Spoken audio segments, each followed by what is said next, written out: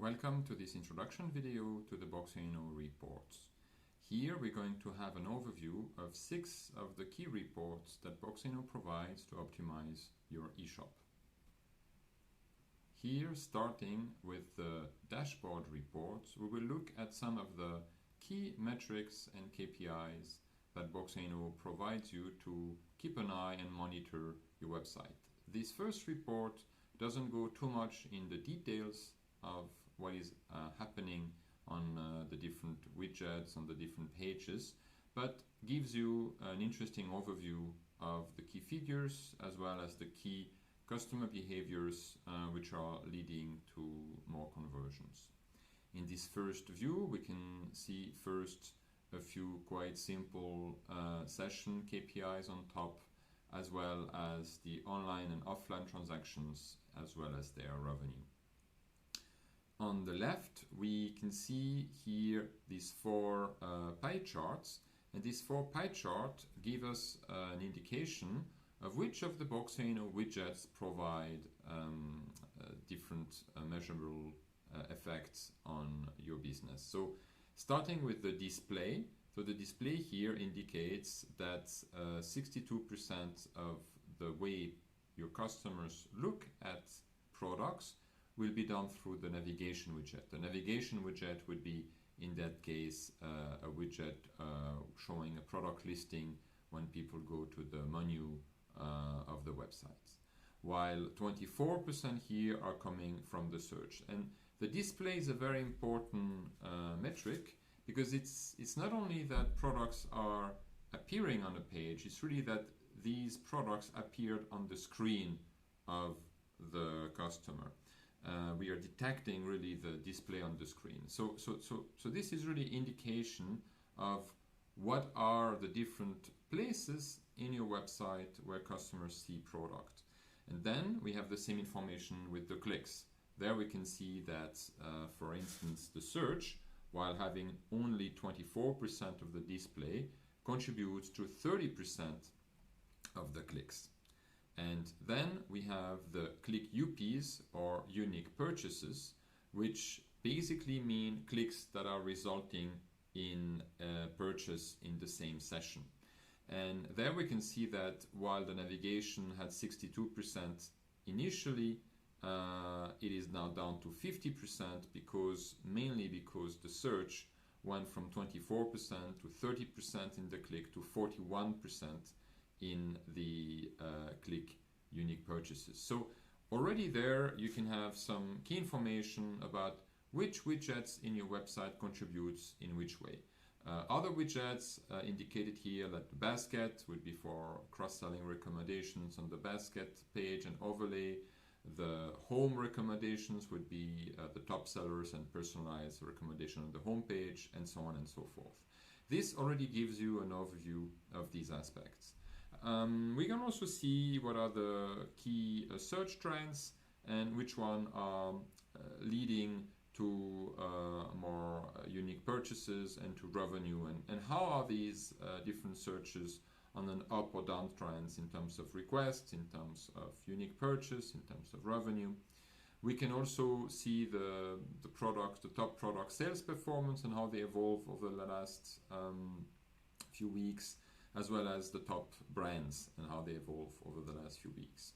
And finally, on the right, we can see here what is the current state of the various A/B tests that are running with Boxalino on your website, what they're bringing to your business, how close they are from being finalized.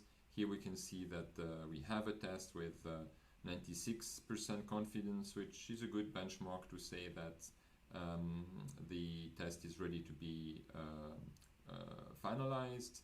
And here you have also the latest alerts which have been triggered by the Boxalino system to indicate significant sudden changes on your website that you should be aware of. So this first dashboard really plans more to give you an overview of everything which is happening on your website. But this report goes down in a few interesting paths, and the second page of the dashboard here focuses on the visitor journey. this is one of the first aspects that we are encouraging our customers to look at with us in order to really understand the type of pages customers are seeing. And the landing page is a quite important way to segment your visitors, for the reason that this is going to be the first impression they have of your website. And so here we can see here from the left these different groups: awareness, consideration, other and contents, evaluation, loyalty, and purchase. This is according to the customer journey steps model of Boxalino, but to make it simple, awareness really means that they are typically landing on your homepage, while content means that they are landing on a content page. Consideration means that they would land on the search result page or on a category page showing a product listing. Evaluation means that they land on a product detail page, where typically they could come from Google Shopping or other sources. And purchase means that they land directly on the basket page. Loyalty, that they land directly on their account page. And as you can see, these 6 different types of pages will provide a very different start of experience on your website. Very often when our client thinks about the visitor journey, they think of a journey which is starting on the home page, and they build their website to guide the customers from the home page, which is perfectly fine. But as we can see here, it only here contributes to 19% of that website's traffic. Sometimes it's even lower than that. We have customers with under 10% of the customers who are starting on the home page. What we see here, which is much more typical, is that most of the customers are here starting either from an evaluation page, meaning the product detail page, or a consideration page, meaning a product listing or search result page. Well, thinking about the product detail page is a completely different way to start the journey on the website. And so that's why we like to separate these things and to really monitor if we have different, for instance, bounce rates or number of page views, number of product detail page views, basket abandon rates, conversion rate, and so on. And what we can see that indeed this way to separate, to segment the visitors is quite efficient, because we do have indeed completely different bounce rates. The bounce rate here is significantly lower than 50% on the home page, while it is significantly above 60% on the product detail page, on the evaluation. And this, of course, will have an impact on the performance after all. And this is why when we're looking here, for instance, at the conversion rate, we are here around 5%, while here we are close to 10%. This also manifests in the difference of the pie chart shares that we have here, going from 19% in the sessions to 35% in the transactions. While on the other side, the evaluation of product detail page starts at 36, but then shrinks to 25. Now, this distribution actually vary a lot from one eShop to the other. Therefore, it's very important when defining an optimization strategy to analyze these aspects to be able to identify where you want to put your focus in terms of optimization, at least in terms of priorities.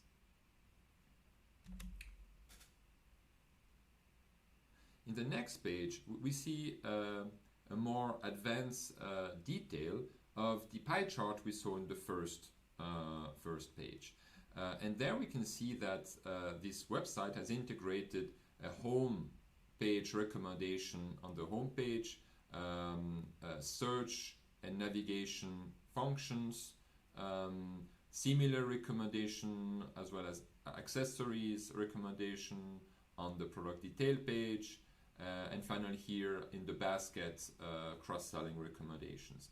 And we can analyze and see how the different widgets compare to each other in the same type of pages. And again, we have the same classification of type of pages. Here it's not about the landing page, but it's about the awareness, so what is on the homepage versus on the consideration, what is on the product listing or search page. And here we can see indeed that these two widgets, the search and navigation, we can see how they evolve over time, we can see the role that they have, and we can compare them in a fully comparable way. Of course, here we can see that the number of display and the number of purchases in that website per day are significantly higher for search and navigation than, for instance, they are here in the accessories and the basket. And that's quite normal percentage-wise, because typically people will find, click and buy products more frequently through search and product listing than they will through product recommendations. And such a view gives you a good idea of what type of widget performs in relation with the others in the different tabs of pages.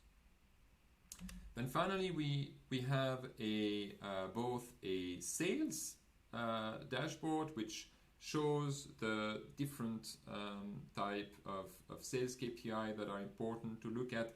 You might have quite a few of these already in other systems, but it's quite important to look at them and to analyze them when it is about understanding the performance of your website. So, for instance, we put a lot of focus of the difference between the average order value, which a lot of our clients look at, with the median order revenue, which basically mean that half of the orders have a revenue which is higher than this level and half have an order lower. And very often the average order value is too much considered as the threshold to optimize for free delivery levels and so on, while the median order revenue is more helpful. Same with the margin, as well as basket analysis, how many different products are in the basket. Here we can see 62% of the basket only have one product, and then 2 and 3 and 4, while in terms of the revenue it's a different story. So while a lot of basket have only one product, these 62% of the orders only contribute to 35% of the total revenue. And that's also important to know, which means that most of the revenue is made by multi-product baskets, even if most of the orders only have one product. And then we have the same with the quantity, so really the total amount of different products. We can see the distribution of the different transaction value level. There we can see that the big part of the transaction values are over 90 euro or 90 Swiss franc, depending on the country. The different types of margin, the different products that are performing, the different product properties like brand which are performing, the level of price that people are buying at.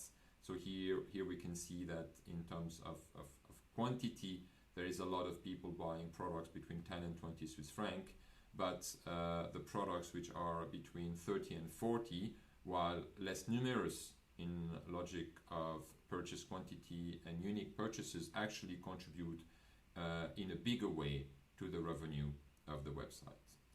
We can see also here the evolution of the products which are out of stock. So out of here this website would have, out of the top 100 products, basically now 10 which are out of stock currently, and that's also an interesting KPI to monitor. So these are all sales KPI, and the last one of that report is a more customer KPI. So here we can see that the gender distribution, we can see the different age penetration, the different region here in Switzerland, region penetration, and that's interesting because here what we can see is that while a lot of the customer are in Zurich, actually the penetration according to the population of that region is much less different than other regions. So we could wrongly conclude, looking at the absolute values, that this is a bigger penetration. Well, actually it is, but much more slightly compared to the other metrics. We can see here the number of active customers, the lifetime revenue that they bring in terms of the number of customers, in terms of the transactions, in terms of the revenue. We can see the share of new versus existing customer, some information about the most active customers recently. We can also see which are the brands here which are bought by customers of different age groups and of different gender. So this first dashboard with these 5 different pages really gives you an overview of what's going on your website, how is the optimization going, where are your sales going, that you can have a good understanding of the current states. And we are going to move now to the next one, which is focusing more on the result of the optimization and the A/B testing that you're doing with Boxalino. And this second result is called the Hall of Fame. And basically the way that this report functions is that when you start to implement Boxalino on your eShop, then you with us or one of our partner will run the first optimization A/B tests, whether it is an A/B test about different aspects in the layout, or an A/B test about changing the algorithm of the search, or changing the personalization of a recommendation widget, the product recommendation. All of these things will create A/B tests. And when an A/B test is successful, then it can be registered in the Hall of Fame report, so you can keep track of the success and of the effect. And here typically you can see that while quite a few successful A/B tests were required, like 20 of them, these 20 together contributed to almost 12% of conversion gain in the website. Then you can see, according to the value of the website, what it means in terms of yearly revenue and yearly margin gain. And this is basically something we can see with the list of the different A/B tests, what they contribute and which one contributed more. And as we can see here, while it's a quite scattered representation, it's clear that a few A/B tests brought much more than others. So here, for instance, we can see that the smart push of this product of that price worked quite well. We can see that the clustering algorithm here brought quite a bit of result. We can see here that the click-through and buy-through, self-learning and the cross-selling also brought quite a bit of result. So it doesn't really matter what type of tests it was, it gets registered, and there we can keep an eye on how they contributed, and you can say, okay, well, what are the A/B tests that contributed so far the most to my revenue, and then you can order them according to that criteria, and then you can see that these two brought over 100,000 a year of value, while these ones 85, 82, and so on.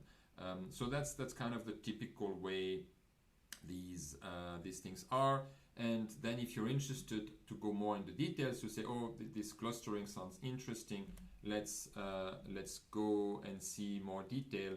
You can find this clustering in the lists of report, like here, and you can click on it, and you can find much more information about that specific test, not only when it started, but also what was the hypothesis, what is the description, what were the results, the conclusions, who was responsible to validate that test at that time, when it started, when it ended,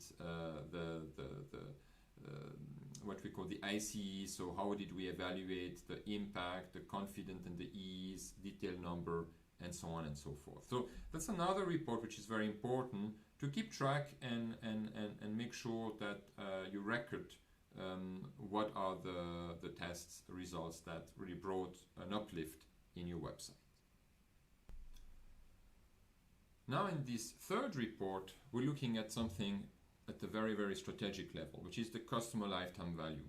And that's a very interesting and very important aspect to monitor. So here we can see over the last 30 days if the customer lifetime value is going up or is going down. Here we can see this small decrease. Then we can see it more from the perspective of more details. So what were the exact value in the last month versus this month and versus last year.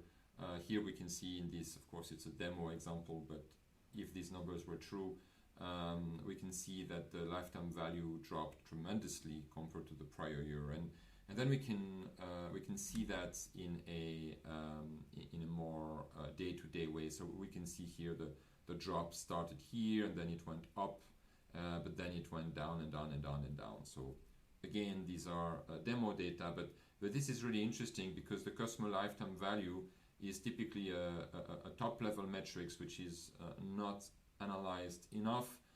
It's very important to look at the session conversion rate. It's very important to look at the engagement, the profit that you make with every visitor. But over the long period of time, how much money you make with the different with a customer is really what it is all about. And then we can ask ourselves, why is this drop? Where is this drop coming? And then we can clearly see that while the value went down, it's also here the lifespan, the average customer lifetime, which went down.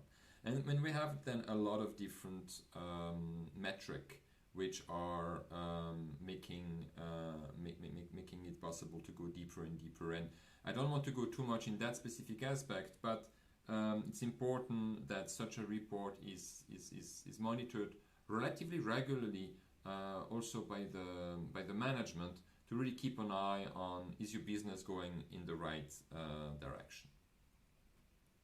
Now this fourth report is a bit different, and it shows how Boxalino can help you focus on specific goals. And here it's all about understanding how you're managing your customer retention. And one of the most powerful tools to understand and analyze customer retention is what is called cohort analysis.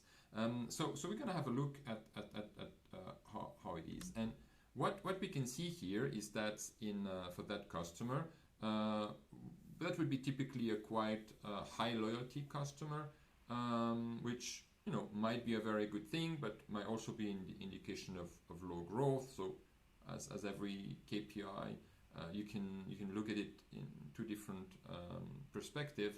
But here, seeing a graph of that kind shows us that while there is a slight increase, basically it looks pretty flat. Now, this actually gives you a feeling, which is a false feeling, that there is no churn. And that's actually not the case. Why? Because what we can see is that a significant part of the revenue of the website is actually coming not only from new customer or from customer here which were already there a year ago, but the ones that were acquired in the last year contribute quite a bit as well. And that's basically what cohort analysis gives you as a possibility. You can see, like, for every new month when you acquire a new customer, what did this customer bring you as revenue in the following months? And while we can see that it's clear that customers make their purchase in the first month, and then they basically will buy percentage-wise much less in the second month. This still adds up and starts to be over time an important part of your business. Here, what we can see is that this month, and the month of September here, basically quite rapidly the residual value was very, very small. And we can see that basically this red line is almost at the same level as the blue line. While on the other side, we can see that basically this month here, the month of April, was quite different. The month of April, we can see that there's really a residual impact and customer stay. And so the cohort, in that sense, the cohort of that month is showing significantly more performance than the cohort of that month. And that's exactly the type of aspects where you can measure how impactful was your marketing and your customer acquisition process to acquire a long-lasting customer value over time. So this is basically a quite important way to look at that. This report has a lot of other views as well. We will not look at all of them, but basically what we can see, for instance, is the retention, and there we can see like what is the retention rate with a 3 months repurchase rate or with a 6 months repurchase rate. So basically it's around 13%, then it went down and then it went up. So you can also follow how the customers that you're acquiring are repurchasing after a certain time and whether these data are going up or down. So while these are still quite strategical metrics, we're at a more precise level than we were in the last report with the customer lifetime value. And we're going to continue to our way down to more precise report with the next report about search. So now in this report, we're going to look at the way that the search function works. So of course, this is not the only report we have about specific functions of the website. We decided to present it in this overview simply because for a lot of our customers, search is quite important. But we have similar reports about different aspects.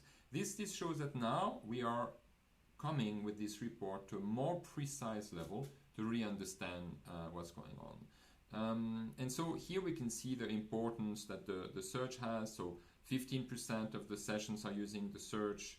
The conversion rate is 415% higher than the average conversion rate of all session. Represents basically 62% of the orders are coming from people using the search. AOV is slightly higher. 65% of the revenue are coming from the search. So these are kind of the very high level KPIs. And there we can see here the top searches and how they are performing. And what's very interesting is that we have here directly two key metrics. Well, quite a few, but two key metrics. One, which is the conversion rate, which is of course what a lot of our customers are looking at, as they should. But we also have the KPI called in scope. And the in scope indicates to you if they bought products that were actually in the search results. And that's quite interesting because now if we go down and we can see maybe here this search here with Caudalie, which has a 12% conversion rate, which is lower than the others. Not tremendously bad, but lower than all of the others before. But we can actually see that the in-scope rate is quite good. Is actually better than this one and this one, which basically have a higher conversion rate. And that gives you an indication of how qualitative the search results are. While this gives you more indication of did they buy something at all in their visits. And they don't, as we can see here, they don't always go together. While if we're going down, there we can see here that this search for Zyfe, while it has a fairly good session conversion rate, has actually a relatively low in-scope rate compared to others. And that actually would indicate that might be good to verify the results and the relevance of the result of that search, even if the actual search conversion rate is not bad. Even more here, we can see 14% and 30%, while here 7% and 100%. So that's exactly why the combination of these two KPIs It's very important to understand these aspects. Then we have basically a historical view on the search performance. That's quite important because you want to know whether search is evolving in the right direction. And there we can see that actually we have, while we are quite stable on the search conversion rate, we have a quite massive drop in the amount of search sessions. So this is something which is important to keep an eye on, not to look at the performance of each specific search, but to see if the search in general is performing better. And again, here you can filter according to any of the criteria which you might be interested in, the device, the fact that they are landing on the search result page or not, maybe the different versions of an A/B tests, and so on and so forth. So I don't want to spend too much time on the search in particular, but there's a few of the pages that are really interesting to look at because they also highlight some of the unique functionalities of Boxalino.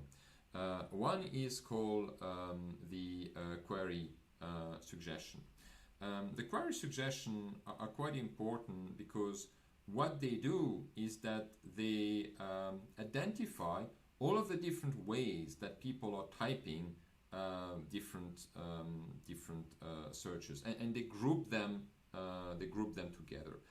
So we can see the typical most frequent typos like fruggies or froggies, Madra instead of Madara, and so on and so forth. And the system uses quite advanced statistics to really analyze the similarity of the searches, what people click on, what they buy, to really see if these are the same things. And if it is, then it groups them together. Now that's quite important because when the user is typing in the search bar, you want to propose to the user very clean results, not redundant results. You don't want to show basically that you can buy shoe or shoes in plural and so on and so forth.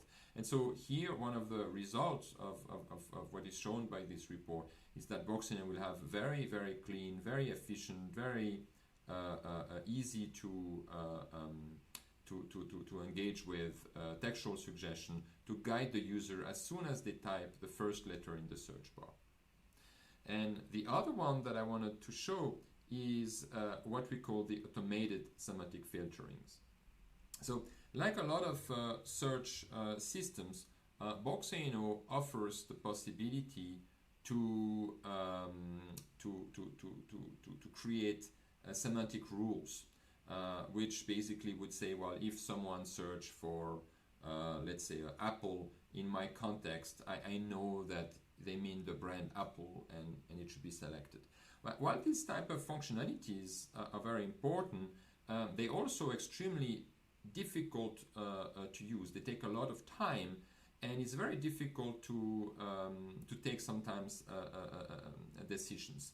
And so what our system does is able, for all of these searches here, and we can see here it's a lot of brands, but it's not only brands, we also have other things that have been learned, like categories and other properties. What we can see is that the system learns, based on the behavior, if there should be what is called a semantic filter. So we see a few examples here, for instance, Nagel, which goes to this finger and Fußnägel, Körper, which goes to Körperpflege. So you can see the system is able to draw a conclusion about what people actually mean when they search for something, and do a filter to really show these products, either to show this product first or to show only this product, or even potentially to redirect the customer to that category page or to that brand page. And that's something which is really learned in a solid way, so you don't have to do anything.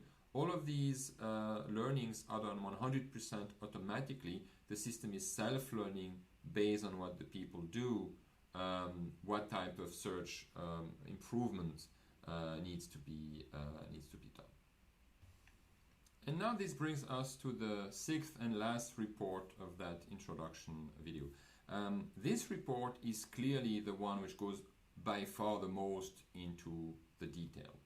And here, this report is really meant for people who are responsible to optimize the website, to understand the performance of specific marketing campaign, to look into the depth of really what's going on. There, what we are providing is a very transparent view of everything which is shown, clicked, and bought in any of the widgets where you use Boxalino on your website. So here, for instance, we are in the search widget, and then we can see these are the products that are shown, how often they are shown, how often they are clicked, what is the click-through rate, what is the unique number of unique purchases, what is the buy-through rate. All of these things are specifically coming from the flow of the person seeing the product, clicking on the product in the search, and then buying it in the same session. So these are extremely precise information, and we can see, for instance, if we order by the number of display, then we can clearly see what are the products that are getting the most clicks, and if these click-through rates reflect the positioning that they have. And we can see that the click-through rate as well as the buy-through rate varies quite a lot. So we have this first product which is shown more, but which is basically bought very little.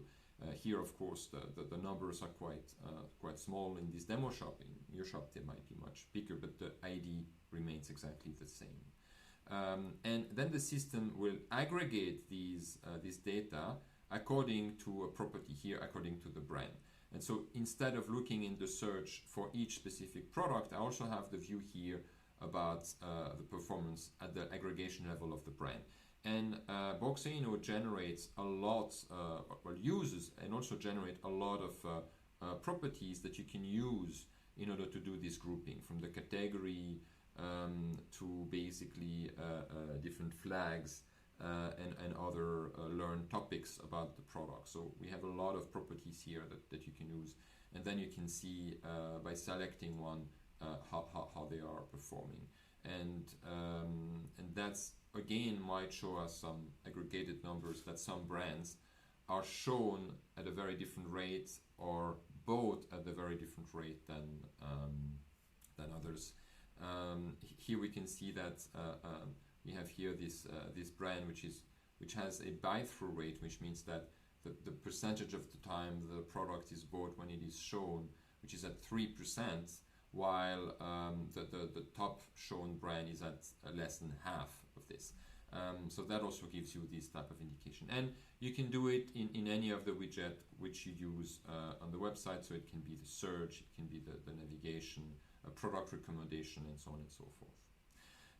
Now, what Boxalino does as well is that Boxalino generates a gigantic amount of numeric statistical fields. These fields are all here, and there's really a lot of them. That's because Boxalino analyzes a lot of statistics and prepare automatically all of these statistics to be used. And they might be coming, for instance, from the profit that you make on a certain product over all time, the number of time it was bought last week, the number of time it was clicked in the last 3 months, and so on and so forth. So a lot of different statistics for each product or groups of products, which then can be used to do A/B testing, to say, well, if I show the product with a high order profit, higher in my search results or higher in my product listings, maybe I will make more profit. And of course, this has to be A/B tested because we don't know, but that's exactly something that can be done. So Boxalino prepares all of these fields to be fully actionable, to be used right away. Now, on the other side, because there are so many, it might be very difficult for the person responsible to optimize the website to decide which one to use. And this is where the correlation calculation that Boxalino does are very helpful, because here in this little box we can see the ones of these numerical fields that have the higher correlation with the click-through, the buy-through, or if we want, the revenue and also the margin. And here we can say, oh, that's interesting. The unique amount of the unique click, unique purchases. That means we count only one time per session the purchase of a specific product through the widget, correlates at 0.71. And this is a correlation, so -1 means it's a very bad correlation, a negative correlation. 1 means it's a perfect correlation. So 0.71 is quite interesting. And then, based on that, the person responsible to optimize the website can say, I would like to do an A/B test pushing products with high value in that field higher in the list and see if that increases the sales. So there you even have these suggestions of what you could A/B test in the website. Right. So we saw before in the search report that some search terms are performing better than others, and now we can really analyze these in a much more precise way. So that means here that if I have, for instance, this result on Primavera, which has a quite low buy-through rate. Buy-through rate meaning that they click and bought from the search. Then I can click on that specific search, and then the system will refresh the data to match exactly the information. And so we can see here that these products that are shown and how they contributed. So this product was shown 30 times, click 6 times, and unique purchase of 2 and so on. So we can really go in the very, very, very specific detail of every search and understand what the system shows. And now we're getting to the upselling and cross-selling view. There also we can go very deep in these aspects. It's quite interesting. We can see that, for instance, when I am selecting a specific brand, I can see that when I am on a product of that brand, what are the most viewed products, but also what are the most often cross-sold products. I can select here. Here it basically indicates that a lot of people who buy this brand will buy other products of the same brand, but we can also take here another criteria. And here by selecting, for instance, the product high-end, low-end, so Boxalino identifies automatically what products belong to a low-end or high-end level.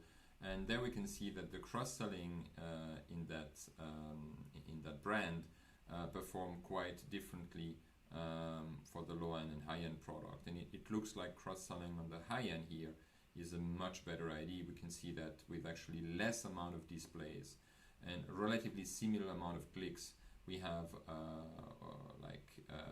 twice the number of purchases and more than twice the buy-through rate. And this is typically this type of insight that then can be used to tune, for instance, a cross-selling algorithms. So I hope that this introduction was interesting for you. As we explained since the beginning, we would go through really the top level to the very nitty-gritty level to give you a feeling for everything that Boxalino has to offer.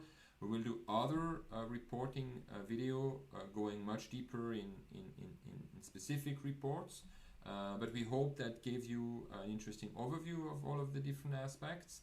And as I mentioned at the beginning of the video, you should definitely check out our benchmark report and our Google Shopping report video, which is done separately than this introduction video.